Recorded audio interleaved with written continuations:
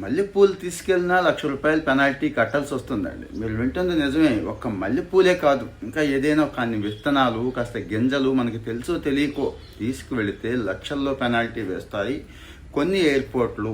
ఈ విషయం తెలుసుకోవాలండి, లేకపోతే చాలా ఇబ్బంది పడిపోతారు. రీసెంట్గా న్యూస్ చూసుంటారు. నవ్య నాయర్ అని చెప్పి ఒక మలయాళ యాక్ట్రెస్ మల్లెపూలు అంటే ఆస్ట్రేలియాలో ఏదో ఈవెంట్ ఉందండి. ఈవెంట్ ఉంటే అక్కడికి పాపం పార్టిసిపేట్ చేద్దామని వెళ్ళింది. మరి మన వాళ్ళకి పూల పిచ్చి ఎక్కువ కదా, మల్లెపూలు ఉంటేనే అందంగా ఉంటాం అంతే అనుకొని పాపం మల్లెపూలు కూడా తీసుకెళ్ళింది. ఎయిర్పోర్ట్లో దొరికిపోయింది.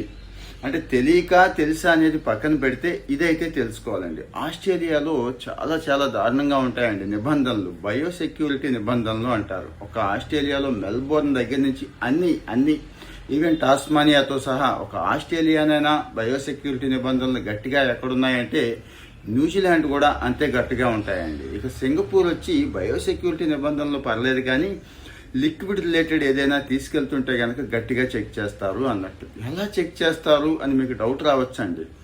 కుక్కలు కూడా చెక్ చేస్తాయండి. అంటే డాగ్స్ అంటాం కదండి, స్నిఫర్ డాగ్స్ని కూడా పెడతారు. ఇక స్కానర్లు వగేరా ఇవన్నీ ఉంటాయి. వీటితో పాటు మళ్ళీ కాళ్ళు పూర్తిగా కడుక్కొని వెళ్తాం చూడండి ఇంట్లోకి మనం. అట్లాగే అక్కడ కూడా అంతేనండి. కోవిడ్లో మనం గట్టిగా వాడాం కదా, అట్లాగా ఈ కెమికల్స్తో కాళ్ళు కూడా పూర్తిగా క్లీన్ చేసుకొని వెళ్ళాలి. ఎందుకు ఇదంతా అంటే వాళ్ళ భయం వాళ్ళదండి, మీకు తెలియదేముంది.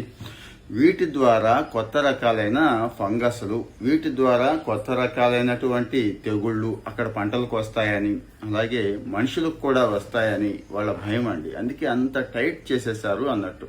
మరి గట్టిగా బయోసెక్యూరిటీ నిబంధనలు ఉన్న ఎయిర్పోర్ట్లు ఏవి అంటే ఆస్ట్రేలియా, న్యూజిలాండ్ అనేది గుర్తుంచుకోండి. అంటే ఇక్కడికి ఎవరైనా వెళుతున్నట్లయితే ఈ సమాచారం ఉపయోగపడుతుందని. ఆవిడంటే సినిమా యాక్టర్ కాబట్టి ₹1,00,000 తీసి టక్మని కట్టేశారు. మనలాంటి వాళ్ళని కట్టగలమా?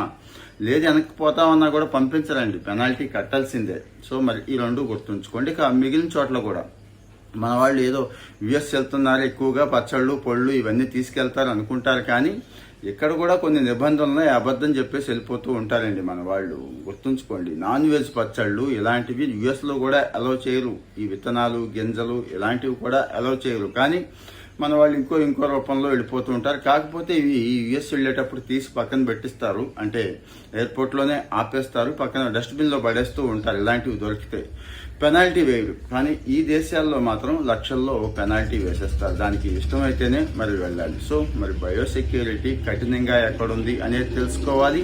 ఆయా దేశాల నిబంధనలు ఏమున్నాయనేది కూడా తెలుసుకొని అప్పుడు లగేజ్ ప్యాక్ చేసుకోవాలి తప్పించి ఏది పడితే అది, ఎలా పడితే అలా ప్యాక్ చేసుకోవద్దు అని చెప్పడం నా ఉద్దేశం. ఏమంటారు? కామెంట్లో ఒపీనియన్ చెప్పండి.